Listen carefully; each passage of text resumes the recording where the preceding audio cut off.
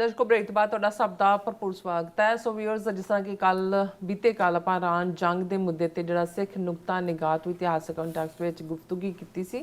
ਸੋ ਸਾਨੂੰ ਇੱਕ ਨੌਜਵਾਨ ਦੀ ਜਿਹੜੀ ਹੈ ਲਿਖਤ ਵਸੂਲ ਹੋਈ ਹੈ, ਜਿਹੜੀ ਕਿ ਵੱਖਰੇ ਦ੍ਰਿਸ਼ਟੀਕੋਣ ਤੋਂ ਹੈ। ਸੋ ਗੱਲਬਾਤ ਕਰਨ ਜਾ ਰਹੇ ਹਾਂ, ਨਾਲ ਜਿਹੜੇ ਤੁਹਾਡੇ ਲਾਈਵ ਮੈਸੇਜ ਨੇ ਉਹ ਵੀ ਆਪਾਂ ਸ਼ੇਅਰ ਕਰਾਂਗੇ। ਸੋ ਅਸੀਂ ਚਾਹਾਂਗੇ ਕਿ ਤੁਸੀਂ ਸਾਨੂੰ ਇਸੇ ਤਰ੍ਹਾਂ ਬੜੇ ਰਹਿਣਾ, ਦੇਖਣ ਸੁਣਨ ਲਈ, ਲਿਖਣ ਲਈ ਤੁਹਾਡਾ ਸਭ ਦਾ ਬਹੁਤ ਬਹੁਤ ਧੰਨਵਾਦ ਜੀ। ਡਾਕਟਰ ਸਾਹਿਬ ਕੀ ਕਹਿਣਾ ਚਾਹੋਗੇ? ਦੇਖੋ, ਕੱਲ ਵੀ ਸਾਡਾ ਇੱਕ ਸੈਗਮੈਂਟ ਸੀ ਕਿ ਇਹ ਜਿਹੜਾ ਸਾਨਾ ਦਾ ਭੇੜ ਹੋ ਰਿਹਾ ਹੈ, ਜਿਸ ਦੇ ਵਿੱਚ ਅਮਰੀਕਾ, ਇਜ਼ਰਾਈਲ ਇੱਕ ਪਾਸੇ ਔਰ ਈਰਾਨ ਸਾਈਮਲਟੇਨੀਅਸਲੀ, ਉਹਨੇ 7 ਮੁਲਕਾਂ ਤੇ ਹਮਲਾ ਕਰਕੇ ਫਰੰਟ ਖੋਲ੍ਹ ਲਿਆ ਆਪਣਾ।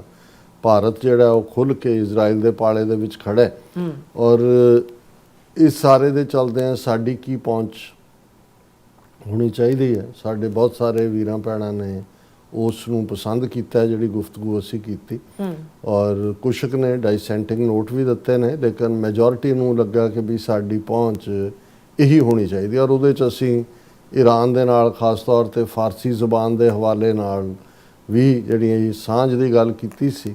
ਔਰ ਇਹ ਵੀ ਇੱਕ ਵੀਰ ਨੇ ਪੁੱਛਿਆ ਸੀ ਕਿ ਕੀ ਕੋਈ ਹਮਲਾਵਰ ਕਦੇ ਈਰਾਨ 'ਚੋਂ ਵੀ ਆਇਆ ਸਾਡੇ ਨਾਲ? ਕੀ ਮੈਂ ਉਹਨਾਂ ਨੂੰ ਯਾਦ ਦਹਾਨੀ ਕਰਵਾਈ, ਔਰ ਹੁਣ ਵੀ ਮੈਂ ਕਰਵਾਉਣਾ ਚਾਹੁੰਦਾ ਕਿ ਜਿਹੜਾ ਇੱਕੋ ਇੱਕ ਹਮਲਾਵਰ ਈਰਾਨ ਤੋਂ ਜਿਹੜਾ ਮੌਜੂਦਾ ਈਰਾਨ ਦਾ ਬਾਰਡਰ ਹੈ ਉਸ ਤੋਂ ਆਇਆ, ਉਹ ਸੀ ਨਾਦਰ ਸ਼ਾਹ। ਔਰ ਨਾਦਰ ਸ਼ਾਹ 1739 ਦੇ ਵਿੱਚ ਆਇਆ। ਉਹ ਲਟੇਰਾ ਹੀ ਉਹਨੂੰ ਕਿਹਾ ਜਾਂਦਾ ਕਿਉਂਕਿ ਉਹਨੇ ਦਿੱਲੀ ਮੁਗਲਿਆ ਰਾਜ ਦੀ ਜਿਹੜੇ ਇਹ ਕਹੀਏ ਵੀ ਜੜ ਹਿਲਾਈ ਕਿਸੇ ਨੇ ਪੋਲੀਟੀਕਲੀ, ਮਿਲੀਟੈਰਲੀ, ਤੇ ਉਹ ਨਾਦਰ ਸ਼ਾਹ ਸੀ। ਉਹਨੇ ਐਸੀ ਲੁੱਟ ਮਚਾਈ, ਉਹਨੇ ਜਦੋਂ ਖਜ਼ਾਨਾ ਜਾਂ ਦੂਜਾ ਖੋਲ੍ਹਿਆ ਅੱਖਾਂ 'ਚੋਂ ਦੇ ਆ ਗਈਆਂ ਉਹਨਾਂ ਨੇ। ਔਰ ਉਸ ਵੇਲੇ ਦਾ ਜਿਹੜਾ ਜਿਸ ਤਖਤ ਦੇ ਉੱਤੇ ਬੈਠਦੇ ਸੀ ਮੁਗਲ ਬਾਦਸ਼ਾਹ, ਜਿਹਨੂੰ ਤਖਤੇ ਤਾਊਸ ਕਹਿੰਦੇ ਸੀ, ਤਾਊਸ ਫਾਰਸੀ ਦੇ ਵਿੱਚ ਮੋਰ ਨੂੰ ਕਹਿੰਦੇ ਨੇ, ਉਹ ਮੋਰ ਦੀ ਸ਼ਕਲ ਦਾ ਤਖਤ ਸੀ, ਉਹ ਵੀ ਲੈ ਗਿਆ। ਕੋਹਿਨੂਰ ਹੀਰਾ, ਜਿਹਦੀ ਇੱਕ ਲੰਬੀ ਕਹਾਣੀ ਹੈ ਕਿ ਕਿੱਥੋਂ ਕਿੱਥੇ ਚੱਲਦਾ ਚੱਲਦਾ ਸਿੱਖ ਰਾਜ ਮਹਾਰਾਜਾ ਰਣਜੀਤ ਸਿੰਘ ਕੋਲ ਆਇਆ ਔਰ ਇੰਗਲੈਂਡ ਕਿਵੇਂ ਪਹੁੰਚਿਆ।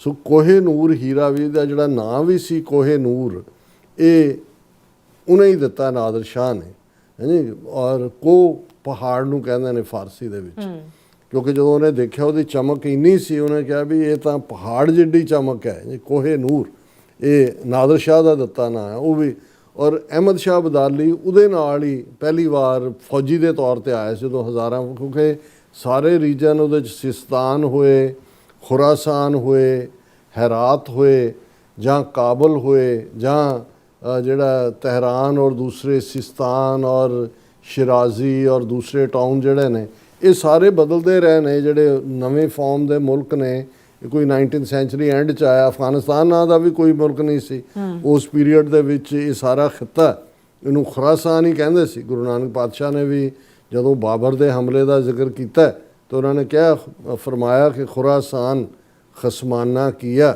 ਹਿੰਦੁਸਤਾਨ ਡਰਾਇਆ, ਆਪੇ ਦੋਸਤ ਨਾ ਦੇਵ ਕਰਤਾ, ਜੰਮ ਕਰ ਮੁਗਲ ਚੜਾਇਆ।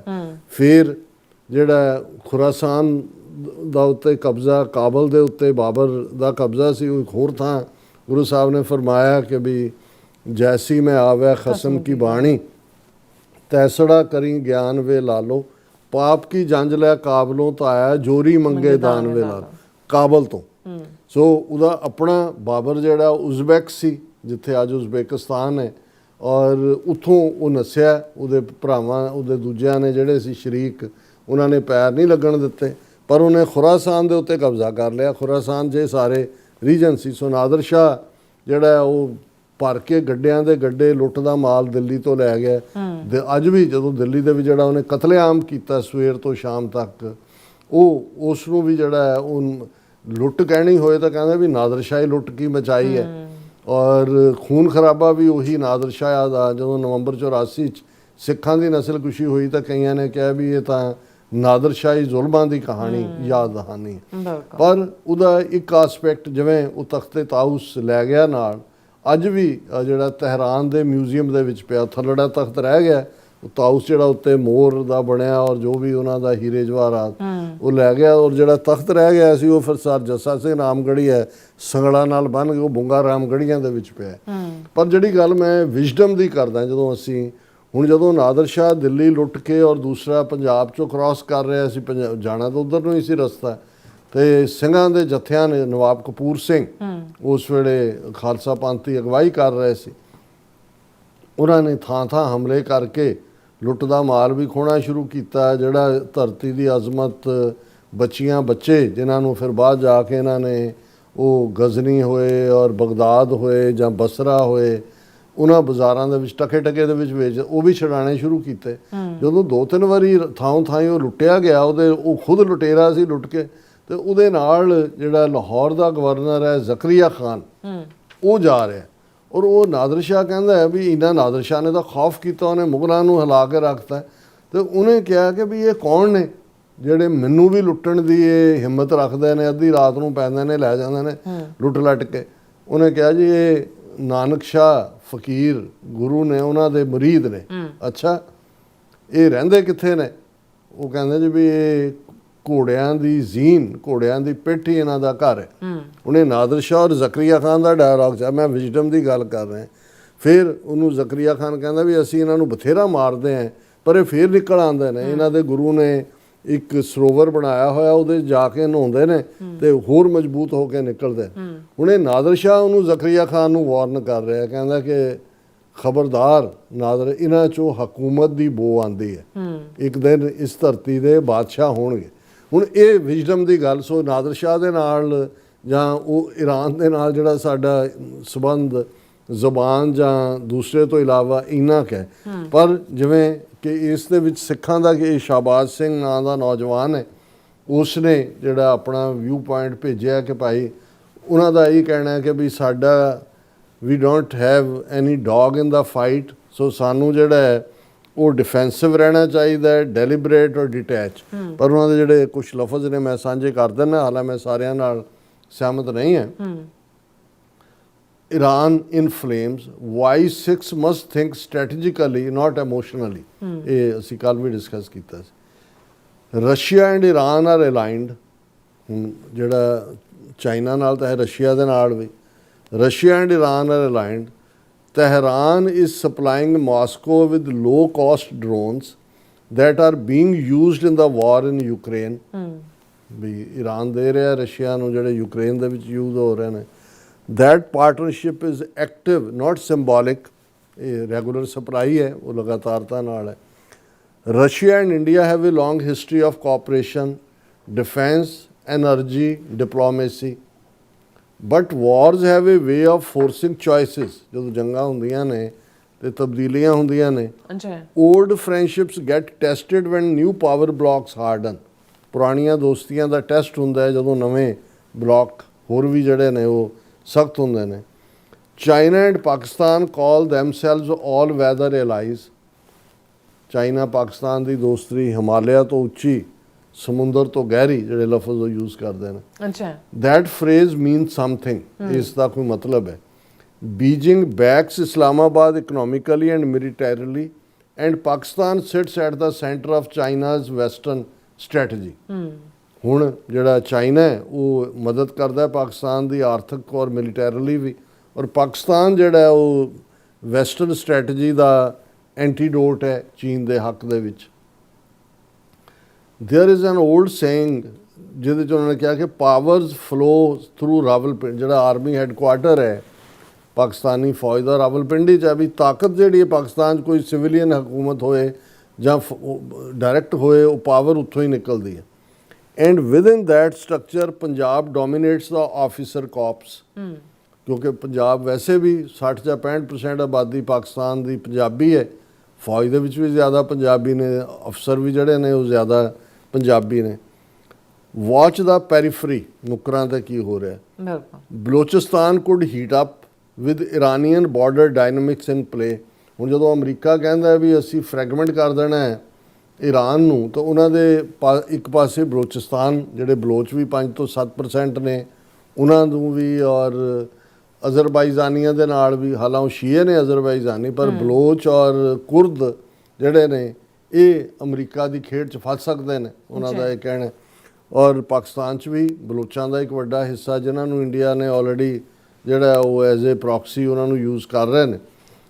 Balochistan could heat up with Iranian border dynamics in play. the northwest Khyber Pakhtunkhwa sits exposed to Afghan instability. ਜੀ ਉਹ ਆਲਰੇਡੀ ਅਸੀਂ ਜ਼ਿਕਰ ਕਰਕੇ ਹਟੇ ਹਾਂ ਵੀ ਉੱਥੇ ਕੀ ਸ਼ਰਾਰਤ ਕਰ ਰਹੇ ਨੇ. Pressures rarely comes from the centre, it builds at the edges. ਇਹ ਨੁਕਰਾਂ ਤੇ ਪ੍ਰੈਸ਼ਰ ਉਧਰ ਬਲੋਚਿਸਤਾਨ 'ਚ, ਉਧਰ ਖੈਬਰ ਪਖਤੂਨਖਵਾ ਜਿਹੜੇ ਇੰਡੀਆ ਦੀਆਂ ਪ੍ਰੋਕਸੀਜ਼ ਨੇ. When alliances tighten fault lines widen. ਜਦੋਂ ਆਪਸ 'ਚ ਅਲਾਇੰਸ ਬਣਦੇ ਨੇ, ਫਾਲਟ ਲਾਈਨ ਹੁੰਦਾ, ਜਿਵੇਂ ਇੱਕ ਫਾਲਟ ਲਾਈਨ ਹੈ ਕਿ ਇੱਥੇ ਅਰਥਕੁਏਕ ਆ ਸਕਦਾ ਕਿ ਵੀ ਇਹ ਭਾਵੇਂ ਅੱਜ ਇੰਟੈਕਟ ਨੇ, ਇਹਨਾਂ ਦੇ ਵਿੱਚ ਖਲਾਰਾ ਪੈ ਸਕਦਾ. ਫਿਰ ਕਾਬਲ ਫੈਕਟਰ ਆ ਜਾਂਦਾ ਹੈ. ਉਹਨਾਂ ਨੇ ਪੰਥ ਪ੍ਰਕਾਸ਼ ਨੂੰ ਕੋਟ ਕੀਤਾ ਕਿ ਕਾਬਲ ਤੇ ਕੁੱਤਾ ਮੰਗਵਾਉ, ਕਿਉਂਕਿ ਜਿਵੇਂ ਅਸੀਂ ਕਿਹਾ ਵੀ ਅਬਦਾਲੀ ਨਾਦਰ ਸ਼ਾਹ ਦੇ ਨਾਲ ਆਇਆ ਸੀ, ਬਾਅਦ 'ਚ ਨਾਦਰ ਸ਼ਾਹ ਦੀ ਅਸੈਸੀਨੇਸ਼ਨ ਹੋ ਗਈ, ਉਹਦਾ ਮਰਡਰ ਹੋ ਗਿਆ ਸੀ, ਤੇ ਅਬਦਾਲੀ ਮੋਰ ਪਾਵਰਫੁਲ ਬਣ ਗਿਆ, ਉਹਨੇ ਕਾਬਲ ਵੀ ਲੈ ਲਿਆ. ਤਾਂ ਹੀ ਉਹ ਜਿਹੜਾ ਕੋਹਿਨੂਰ ਵੀ ਹੈ ਉਹ ਨਾਦਰ ਸ਼ਾਹ ਦੇ ਕੋਲੋਂ ਅਬਦਾਲੀ ਕੋਲ ਪਹੁੰਚ ਗਿਆ ਸੀ. ਤੇ ਜਿਸ ਅਬਦਾਲੀ ਦੇ 17 ਹਮਲੇ ਜਿਹਨੇ ਘੱਲੂਘਾਰਾ ਵੀ ਵਰਤਾਇਆ, ਉਹਨੂੰ ਜਿਹੜੇ ਸਿੱਖ ਨੇ ਉਸ ਪੀਰੀਅਡ 'ਚ ਕਾਬਲੀ ਕੁੱਤਾ ਕਹਿੰਦੇ ਸੀ ਕਿ ਵੀ ਇਹ ਆ ਗਿਆ ਕਾਬਲੀ ਕੁੱਤਾ, ਕਿਉਂਕਿ ਹੁਣ ਤੁਸੀਂ, ਔਰ ਇਹਦੇ ਤੇ ਹੀ ਬੁੱਲੇ ਸ਼ਾਹ ਨੇ ਕਿਹਾ ਸੀ ਖਾਧਾ ਪੀਤਾ ਲਾਏ ਦਾ ਰਹਿੰਦਾ ਅਹਿਮਦ ਸ਼ਾਹੀ ਦਾ, ਬਈ ਲਟੇਰੇ ਨੇ ਸਾਰੇ ਉਧਰੋਂ ਆਉਂਦੇ ਨੇ. Khurasan and Kabul have historically been the launch point. Babur, Nadir Shah, Ahmad Shah Abdali. So historical Sikh posture should be that we do not have a dog in this fight. ਔਰ ਉਹਦੇ 'ਚ be defensive, deliberate, detached. So ਇੱਕ ਵਿਊ ਪੁਆਇੰਟ ਹੈ ਜਿਹਦੇ 'ਚ history ਨੂੰ ਦੁਬਾਰਾ ਜਿਹੜਾ ਹੈ ਉਹ ਤਰੋਤਾਜ਼ਾ ਕਰ ਦਿੱਤਾ ਹੈ.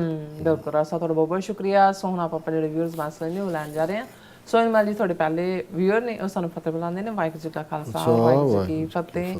ਔਰ ਟੋਨੀ ਢੀਂਡਸਾ ਜੀ ਵੀ ਔਰ ਹਸਨ ਅਲੀ ਜੀ ਵੀ, free each and every part of India, Khalsa ਜ਼ਿੰਦਾਬਾਦ. ਗੁਰਜਿੰਦਰ ਪੁਰੇਵਾਲ ਜੀ ਵੀ, ਔਰ ਇਸ ਤਰ੍ਹਾਂ ਇਫਕਾਰ ਹੁਸੈਨ ਜੀ ਵੀ, God bless you. Doctor Sahib, your analysis is always based on reality. You are always welcome to Pakistan, the land of Baba Guru Nanak. ਬਹੁਤ ਸ਼ੁਕਰੀਆ ਹੁਸੈਨ ਸਾਹਿਬ, ਬਹੁਤ ਮਿਹਰਬਾਨੀ. ਹਾਂਜੀ, ਔਰ ਇਸੇ ਤਰ੍ਹਾਂ ਸ਼ਾਹਜਹਾਨ ਅਹਿਮਦ ਜੀ ਵੀ ਅਸਲਾਮ ਵਾਲੇਕਮ ਕਹਿੰਦੇ ਨੇ, ਵੈਲਕਮ ਸਲਾਮ ਜੀ. ਔਰ ਫਿਰ ਇਸੇ ਤਰ੍ਹਾਂ ਜਤਿੰਦਰ ਸਿੰਘ ਜੀ ਵੀ, ਡਾਕਟਰ ਸਾਹਿਬ ਜੀ, ਤੇ ਨੀਲਮ ਕੌਰ ਜੀ, ਵਾਹਿਗੁਰੂ ਜੀ ਕਾ ਖਾਲਸਾ, ਵਾਹਿਗੁਰੂ ਜੀ ਕੀ ਫਤਿਹ. I missed you last week program and nice to see you back. Waheguru ਆਪ ਜੀ ਨੂੰ ਤੇ ਨੀਲਮ ਕੌਰ ਜੀ ਨੂੰ ਚੜ੍ਹਦੀ ਕਲਾ ਵਿੱਚ ਰੱਖੇ. ਉਹਦੇ ਜਤਿੰਦਰ ਸਿੰਘ ਜੀ, ਸਾਡਾ ਇੱਕ ਹਫ਼ਤੇ ਲਈ ਅਸੀਂ ਪ੍ਰੋਗਰਾਮ ਨਹੀਂ ਕੋਈ ਮਿਸ ਕੀਤਾ ਪਿਛਲੇ ਹਫ਼ਤੇ. ਐਕਚੁਅਲੀ YouTube ਨੇ ਸਾਡੇ ਤੇ ਸਟ੍ਰਾਈਕ ਮਾਰੀ ਸੀ, ਕਿਉਂਕਿ ਅਸੀਂ ਜਗਤਾਰ ਸਿੰਘ ਹਵਾਰਾ ਜੀ ਦਾ ਜਿਹੜਾ ਉਹਨਾਂ ਦੀ ਰਿਹਾਈ ਲਈ ਸਮਾਗਮ ਸੀ ਉਹਨੂੰ ਲਾਈਵ ਕਵਰ ਕੀਤਾ. ਪਰ ਨਾਲ ਦੀ ਨਾਲ ਸਾਡੀ ਟੀਮ ਨੇ TV 84 USA ਚੈਨਲ ਫਲੋਟ ਕਰ ਦਿੱਤਾ ਸੀ, ਜਿਹਦੇ ਤੇ ਪ੍ਰੋਗਰਾਮ ਚੱਲੇ ਨੇ. ਤੁਸੀਂ ਬੈਕ ਡੇਟ 'ਚ ਜਾ ਕੇ ਉਹ ਪ੍ਰੋਗਰਾਮ ਵੀ ਦੇਖ ਸਕਦੇ ਹੋ. ਬਹੁਤ ਮਿਹਰਬਾਨੀ. ਹਾਂਜੀ, ਖਾਲਸਾ ਦੇਵ ਪੰਜਾਬ ਜੀ ਵੀ, ਔਰ ਇਸੇ ਤਰ੍ਹਾਂ ਅਡਬਰਕਰ ਜੀ ਵੀ, ਇਹ ਵੀ ਕਹਿੰਦੇ ਗ੍ਰੇਟ ਡਾਇਲੌਗ ਬਾਈ ਸੈਕਸ ਐਂਡ ਮੋਹਿਦ ਸ਼ਾਫੀਕ ਜੀ ਕਹਿੰਦੇ ਨੇ ਪਾਕਿਸਤਾਨ ਆਰਮੀ ਤੇ ਪਾਕਿਸਤਾਨ ਗਵਰਨਮੈਂਟ ਪ੍ਰੋ ਇਜ਼ਰਾਈਲ ਹੈ. ਔਰ ਹੁਣ ਆਪਾਂ ਜਿਹੜੇ USA ਵੱਲ ਚੱਲਦੇ ਹਾਂ, ਜਿਹੜੇ TV ਰਿਪੋਰਟ ਆਪਣਾ ਹੈਗਾ, ਉੱਧਰ ਹੀ ਸਾਡੇ ਵਿਊਅਰਸ ਦੇ ਕਾਫੀ ਸਾਰੇ ਮੈਸੇਜ ਨੇ. ਸੋ ਇਹ ਦੋਨੇ ਸਾਡੇ ਜਿਹੜੇ ਚੈਨਲ ਇਹ ਚੱਲ ਰਹੇ ਨੇ, ਤਾਂ ਤੁਸੀਂ ਸਾਨੂੰ ਦੇਖ ਸਕਦੇ ਦੋਨਾਂ ਚੈਨਲ ਦੇ ਉੱਪਰ. ਔਰ ਇੱਧਰ ਆਉਂਦੇ ਆਪਾਂ, ਸਾਡੇ ਕੋਲ ਮੈਸੇਜ ਆ ਗਏ ਨੇ. ਹਾਂਜੀ, ਸਾਡੇ ਕੋਲ ਹਾਂਜੀ ਬਲਜੀਤ ਫਰੈਜ ਜੀ ਵੀ, ਔਰ ਬਰੈਜ, ਔਰ ਇਸੇ ਤਰ੍ਹਾਂ ਹਰਪ੍ਰੀਤ ਸਿੰਘ ਜੀ ਵੀ, ਔਰ ਇਸੇ ਤਰ੍ਹਾਂ ਗੁਰਵਿੰਦਰ ਮਾਨ ਜੀ ਵੀ, ਔਰ ਇੰਦਰਜੀਤ ਸਿੰਘ ਜੀ ਵੀ, ਔਰ ਇਚਪਾਲ ਜੀ ਵੀ, ਔਰ ਫਿਰ ਇਸ ਤਰ੍ਹਾਂ ਕੁਲਦੀਪ ਕੌਰ ਜੀ ਵੀ, ਰਾਜਨਪ੍ਰੀਤ ਜੀ ਵੀ, ਧਰਮ ਸਿੰਘ ਜੀ ਵੀ, ਗੁਰਵਿੰਦਰ ਕੌਰ ਜੀ ਵੀ, ਅਮਰਜੀਤ ਸਿੰਘ ਸੈਣੀ ਜੀ ਵੀ, ਔਰ ਹਰਮਨ ਪੰਨੂ ਜੀ ਵੀ, ਔਰ ਸੁਖਜੀਵਨ ਬੱਚੂ ਜੀ ਵੀ, ਜਸਵੀਰ ਬਰਾਜ ਜੀ ਵੀ ਚੜ੍ਹਦੀ ਕਲਾ ਕਹਿੰਦੇ ਨੇ, ਔਰ ਖਾਲਸਾ ਜ਼ਿੰਦਾਬਾਦ ਕਹਿੰਦੇ ਨੇ, ਸਾਡੇ ਫਤਿਹ ਵੀ ਬੁਲਾਉਂਦੇ ਨੇ. ਔਰ ਇਸੇ ਤਰ੍ਹਾਂ ਜਸਵੀਰ ਬਰਾਜ ਜੀ ਵੀ ਫਿਰ ਕਹਿੰਦੇ ਨੇ ਕਿ Khalsa Sikhs for justice, Gurpatwant Singh Pannu Sahib ji, Khalsa freedom voting 2020 March on Seattle, ਔਰ ਇਸ ਤਰ੍ਹਾਂ ਖਾਲਸਾ ਜ਼ਿੰਦਾਬਾਦ ਕਹਿੰਦੇ ਨੇ. ਔਰ ਫਿਰ ਇਸ ਤਰ੍ਹਾਂ ਜਸਕੀਰਤ ਸਿੰਘ ਜੀ ਵੀ, ਜਗਪਾਲ ਜੀ ਵੀ, ਉਪਸ ਜੀ ਵੀ, ਔਰ ਰਾਜਵਿੰਦਰ ਕੌਰ ਜੀ ਵੀ, ਔਰ ਇਸੇ ਤਰ੍ਹਾਂ ਸਾਡੇ ਕੋਲ ਜਗਦੇਵ ਸਿੰਘ ਜੀ ਵੀ, ਔਰ ਨਾਸਰ ਚੌਧਰੀ ਜੀ ਦੁਨੀਆ ਭਰ ਕੇ ਕਹਿੰਦੇ ਖਾਲਿਸਤਾਨੀਆਂ ਕੋ ਅਸਲਾਮ ਵਾਲੇਕਮ, ਵਾਲੇਕਮ ਸਲਾਮ ਜੀ ਵੀ, ਔਰ ਗੁਰਪ੍ਰੀਤ ਸਿੰਘ ਜੀ ਵੀ, ਨਾਸਰ ਚੌਧਰੀ ਕਹਿੰਦੇ ਸੱਚ ਲਈ ਗੁੱਸਾ, ਔਰ ਜਗਦੀਪ ਸਿੰਘ ਜੀ ਵੀ ਉਹ ਜਿਹੜਾ ਸ਼ਾਬਾਸ਼ ਕੋਡ ਵਰਡ ਰੱਖਿਆ ਜਿਹੜਾ ਉਹਨਾਂ ਨੇ ਤਾਲਿਬਾਨ ਨੂੰ ਸਜ਼ਾ ਦੇਣ ਲਈ। ਬਿਲਕੁਲ ਟੀਜੇ ਜੀ ਵੀ ਔਰ ਇਸੇ ਤਰ੍ਹਾਂ ਅਨੂਪਾ ਜੀ ਵੀ, ਸਭ ਦਾ ਬਹੁਤ ਬਹੁਤ ਸ਼ੁਕਰੀਆ। ਸੋ ਇਸ ਤਰ੍ਹਾਂ ਆਪਣੇ ਵਿਊਜ਼ ਕੋਲੇ ਨੇ ਇਜਾਜ਼ਤ। ਵਿਊਅਰ ਸਾਡੇ ਪ੍ਰੋਗਰਾਮ ਦਾ ਸਮਾਂ ਇੱਥੇ ਮੁੱਕਦਾ। ਤੁਸੀਂ ਆਪਣੀ ਰਾਏ ਤੇ ਸੁਝਾਅ ਸਾਨੂੰ ਭੇਜਣਾ ਭੁੱਲਣਾ ਸਾਡੇ ਇਸ ਪਤੇ ਤੇ SOS@tvrefor.tv ਤੇ ਅਸੀਂ ਆਪਣਾ ਪ੍ਰੋਗਰਾਮ ਲੈ ਕੇ ਫਿਰ ਦੁਬਾਰਾ ਤੁਹਾਡੇ ਸਾਹਮਣੇ ਮੁਕਾਵਾਂਗੇ। ਤਦ ਤੱਕ ਲਈ ਮੈਨੂੰ ਤੇ ਆਪਣਾ ਸਮਾਂ ਗਿਆ ਦੋ। ਦੇਖਦੇ ਰਹੋ TV ਬੁਲਾ ਦਿਓ ਫਤਿਹ। ਵਾਹਿਗੁਰੂ ਜੀ ਕਾ ਖਾਲਸਾ, ਵਾਹਿਗੁਰੂ ਜੀ ਕੀ ਫਤਿਹ। ਰੱਬ ਰਾਖਾ।